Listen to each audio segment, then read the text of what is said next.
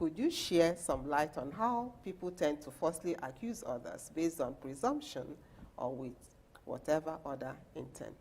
Yeah, because most people in our world, right now I'm dealing with the topic of thinking, the art of thinking.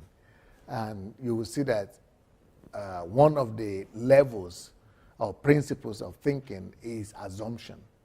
And assumption is the least form of thinking.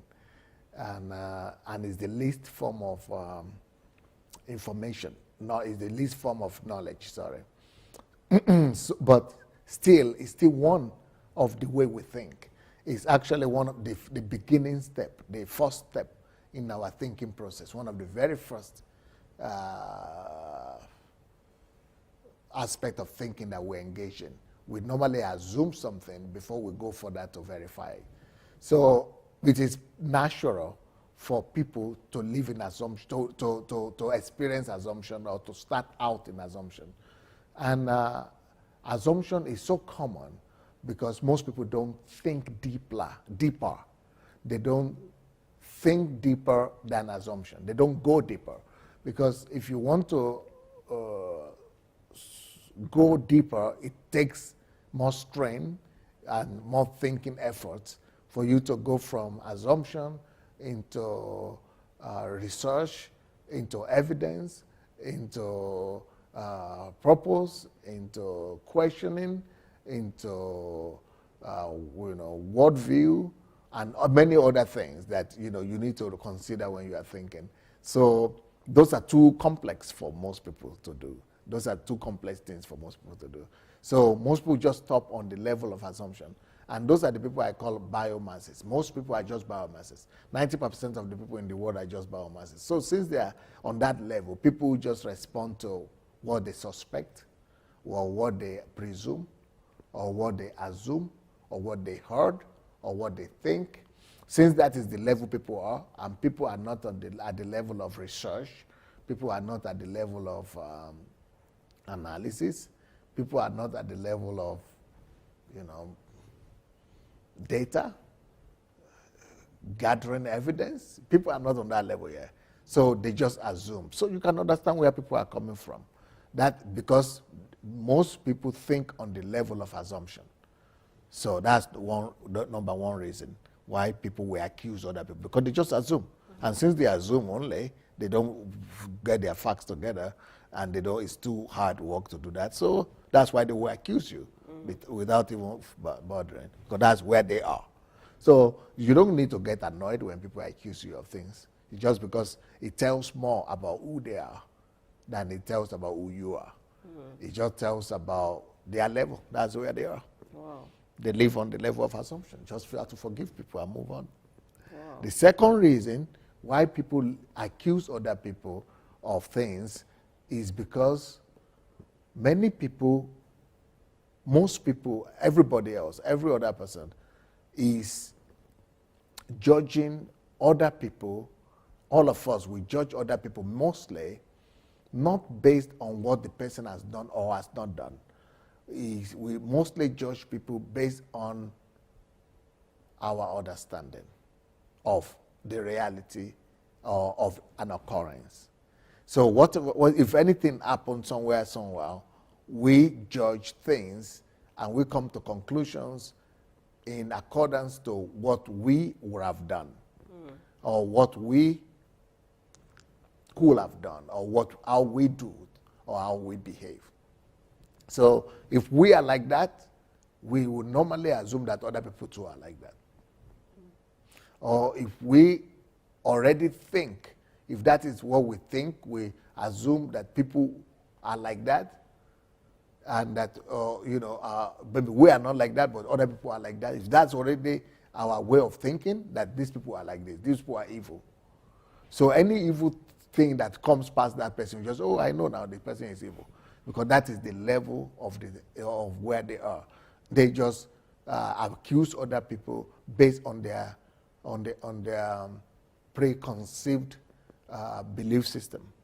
So people judge other people not on the reality, but on their belief system, on their own preconceived beliefs. So you cannot judge You cannot stop people and you cannot blame people because that is just their own value system. That's their own belief system that they have, unfortunately. That's where they are. So they will come up with, and you cannot stop people from opening their mouth and talking, especially now in the world of media and internet, and anybody can hide behind a computer and write anything they want. Yes, so so everybody can do things like that. So they're free to express. So you just have to understand, but you have to also be good enough to, you have to be analytical enough not to believe any kind of junk. But if you are not analytical enough yourself and you just hear what other people are spreading, because you are not analytical yourself, you just believe it. So you believe lies because you have not done thorough work on yourself to always analyze, to always look for evidence, or to always look for truth. And then you just believe whatever lie that is sold to you. Now, another reason why people will always accuse falsely is because people are living in fear of other people. People might think that you are a threat to them. Maybe you are doing something that is so successful or that's so big or that is, they think is wrong. So people have their own reasons why they think that what you are doing is dangerous or is bad. So that fear and that concern that they have wants to make them to think that you are doing something wrong. And even maybe whatever you are doing, they think they sincerely believe that is wrong, and that's why they come against you with whatever evidence they could get. So there are a lot of reasons. Another reason why people will accuse you falsely or baselessly is because of their school of thought. Some of them have been taught like this. If they have been taught like this all their lives, and that you shouldn't, as a girl, you shouldn't even have lipstick, and you're having lipstick. Even so red one. Yeah, or you are sitting with a man on the television show.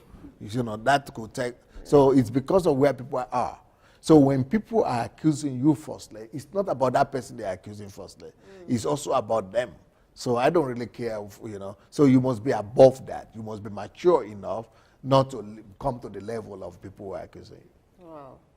As it continues, I had a bad experience when people falsely accused me of things I didn't do.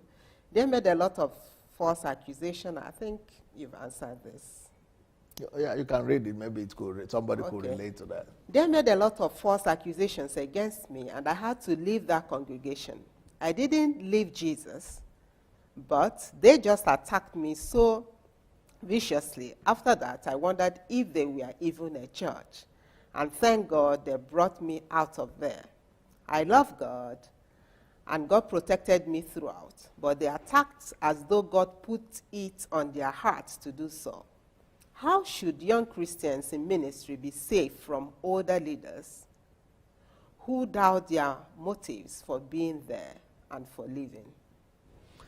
If you understand what I just explained already, then you don't need to be bitter. You just need to understand that that's where they are. When people accuse you of things, it reveals not just who you are, but it's revealing who they are. So it's not about you, really. It's about them. Right.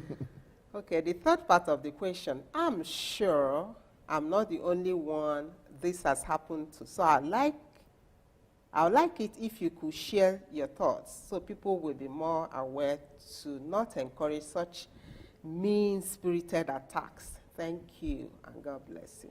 Thank you. Like I said, the most important thing you need to deal with is forgiveness, not to hold any evil or any evil thoughts or accusation or judgment against any person.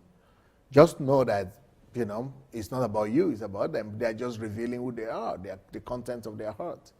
But of course, if it has gone to the media, like in my case, things people talk about go to the media, and good people you think that are good, even believe these things, and are carried away, and they begin to relate to you like that. But you know what? In my own case, I'm so experienced, and I'm so old now enough to know how to deal with that. What I do is that when any lie, false accusation is going around me, I keep quiet, first of all. Number two, I even encourage it to be spread. I don't just refuse to defend myself, I even let it spread more. When I was younger, I used to try to defend myself. But now, I even allow people to, I even put fire or kerosene, bring some oil, some kerosene or so I fan the fire. Let them spread the rumor and the bad news more. The reason why I do that is that I know one thing, that people who truly love me and people who truly follow me, people who truly know me, would never be bothered. People who really truly know me and love me, they don't care, they know me. Yes, sir. But I want the thing to even go higher, to go more. I want the rumor and the lies to even grow, to capture everybody. Because I want to see how many people it will carry away. And it's going to capture. Then that comes around to show me who those people are. And especially around me, I want the lies and the rumors and the accusations to come around me, to burn like fire. Because by the time it burns down, it's going to burn down everybody away from my environment. And it's going to burn everything up. So all the unnecessary people in my world and in my environment are going to be swept away like a flood. And those are exactly those that I don't really need in your circle. Wow. So this should be our own attitude, towards such lies. Because I grew up in the village also. And in the village, when fire is burning in the, a house is burning down, or in the kitchen, when things are burning down, all the firewood and the wood and the flakes and the leaves and all things that are around that fire, all of them are they turn to ashes. But you know what remains? The stones. Wow. Wow. But the stones, they just become like hardened at the end of the day. And that's what you did. Because even the pot itself is standing on stones. And the stones is burning every day. But the fires are going and they are disappearing, but the stones are remaining.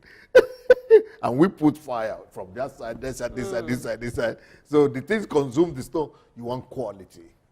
You want entity. It doesn't even reduce in size, that stone. No. Yes. The size doesn't reduce. It remains the same.